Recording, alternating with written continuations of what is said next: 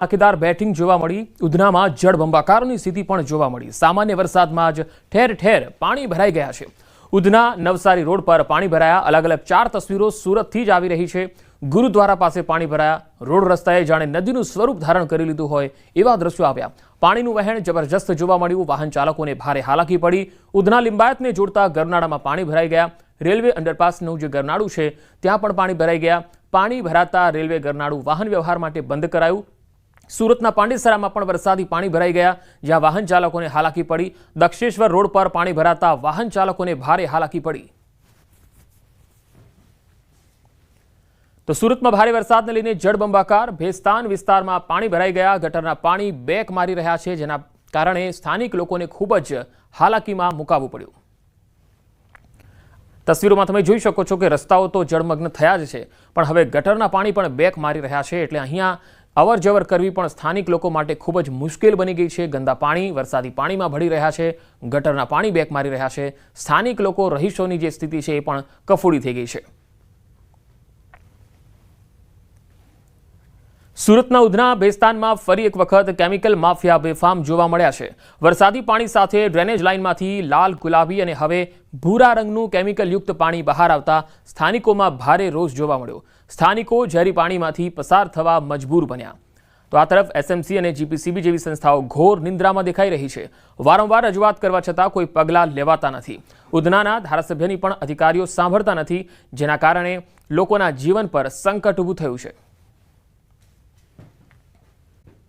ગીર સોમનાથ જિલ્લામાં પણ વરસાદી માહોલ છવાયો છે। કોડીનારના ગ્રામીણ પંથકમાં વરસાદ। બાવાના પીપળવા, માલાશ્રમ, જંત્રાખડી, કડોદરા સહિતના ગામોમાં વરસાદ। વીજળીના કડાકા ભડાકા સાથે ધીમી ધારે વરસાદનું આગમન થયું છે। વરસાદના કારણે વાતાવરણમાં ઠંડક ફેલાઈ છે। ખેડૂતોમાં ખુશીની લાગણી છે। વરસાદના આગમનથી ગરબા રસિકો ચિંતિત બન્યા છે।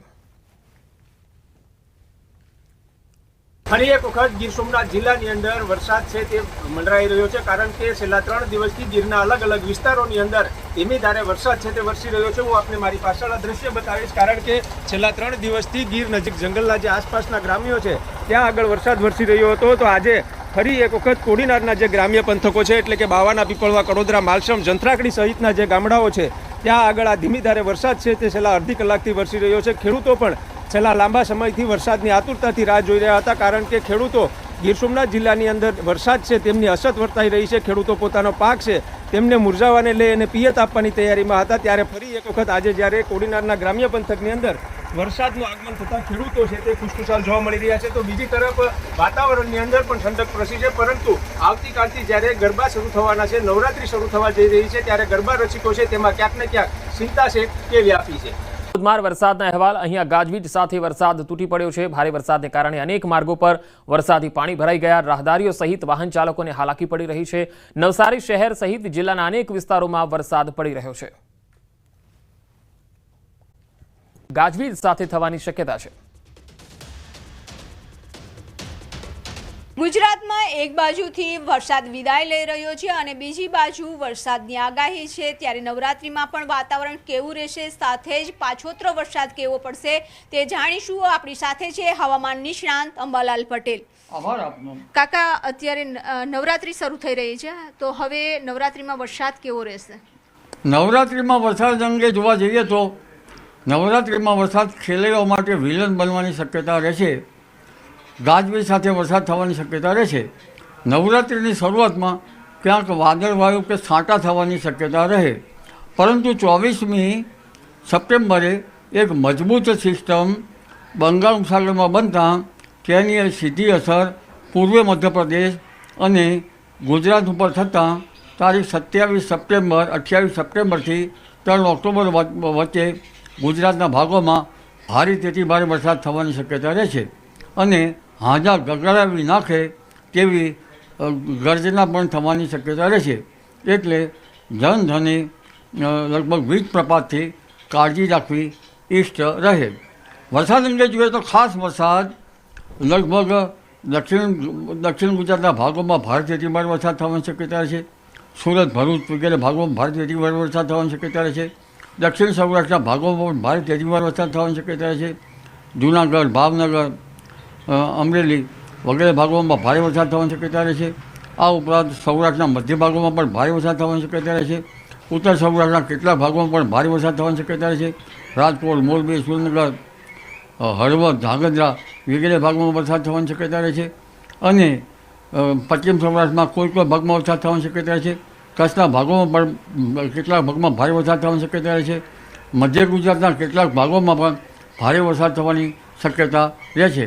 એટલે કાકા નવરાત્રિમાં તો વરસાદ વિઘ્ન બનશે, પરંતુ હવે ચોમાસું પાક પણ તૈયાર થઈ ગયો છે, તો ખેડૂતોને પણ નુકસાન થવાની ભીતિ સેવાઈ રહી છે, કારણ કે જે રીતે અત્યારે વરસાદી માહોલ બની રહ્યો છે.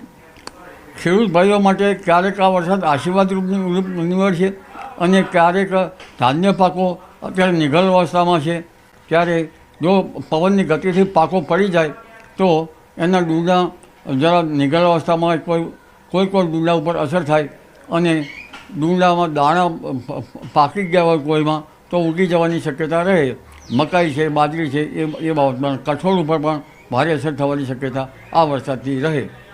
અને આ વરસાદ જે છે તે પછી પાછી બીજી સિસ્ટમમાં ઉપરા વરસાદ આવવાના છે, પણ આ વરસાદનો રાઉન્ડ જે છે એ લગભગ કોઈ ભાગમાં 4 ઇંચ વરસાદ તો કોઈ ભાગમાં 6 ઇંચ કે તેથી વધુ વરસાદ ખાબકી શકે તેવી શક્યતા રહે.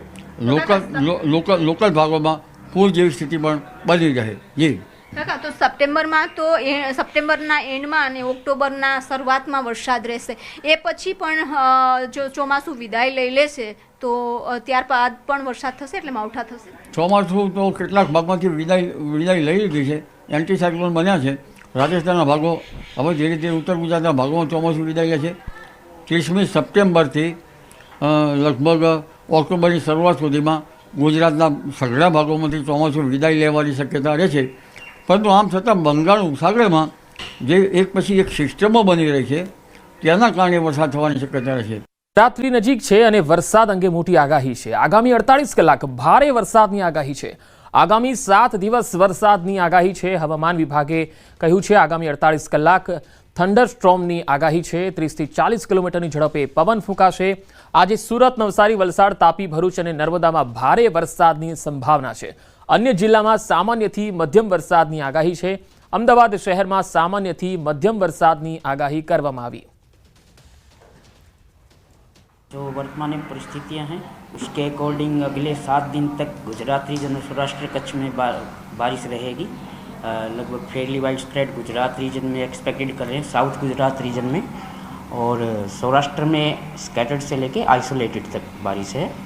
और जो डे 1 और डे 2 है, यानी कि आज और कल, उसमें हमने भारी वर्षा रखी है साउथ गुजरात रीजन में, जिसमें भरूच, सूरत, नवसारी है, तापी है, नर्मदा है. और कल थोड़ा सा और नीचे भी एक्सपेक्ट कर रहे हैं, जिसमें नवसारी, वलसाड़ ऐड होगा, और दादर नगर हवेली में भी एक्सपेक्टेड है. તો નવરાત્રિમાં ખેલૈયાઓ માટે સૌથી મોટા સમાચાર. ખેલૈયાઓના રંગમાં વરસાદ ભંગ પાડશે. વરસાદ અંગે અંબાલાલે મોટી આગાહી કરી છે. રાત્રિમાં ખેલૈયાઓ માટે વરસાદ વિલન બનશે. બંગાળની ખાડીમાં મજબૂત સિસ્ટમ સક્રિય થશે. વીજળીના કડાકા ભડાકા સાથે વરસાદ ખાબકશે. 24 સપ્ટેમ્બરે બનશે વરસાદી સિસ્ટમ. સપ્ટેમ્બરના અંત અને ઓક્ટોબરની શરૂઆતમાં વરસાદ થશે અને આ સિસ્ટમ મધ્યપ્રદેશ થઈ ગુજરાતના સૌરાષ્ટ્રના ભાગોમાં આવવાની શક્યતા રહેશે, જેના કારણે 27 સપ્ટેમ્બરથી 3 ઓક્ટોબર સુધી દક્ષિણ ગુજરાતના કોઈ ભાગોમાં 4 ઇંચ તો કેટલાક ભાગોમાં 6 ઇંચથી વધુ વરસાદની શક્યતા રહેશે. દક્ષિણ સૌરાષ્ટ્રના ભાગોમાં પણ ભારે વરસાદની શક્યતાઓ રહેશે.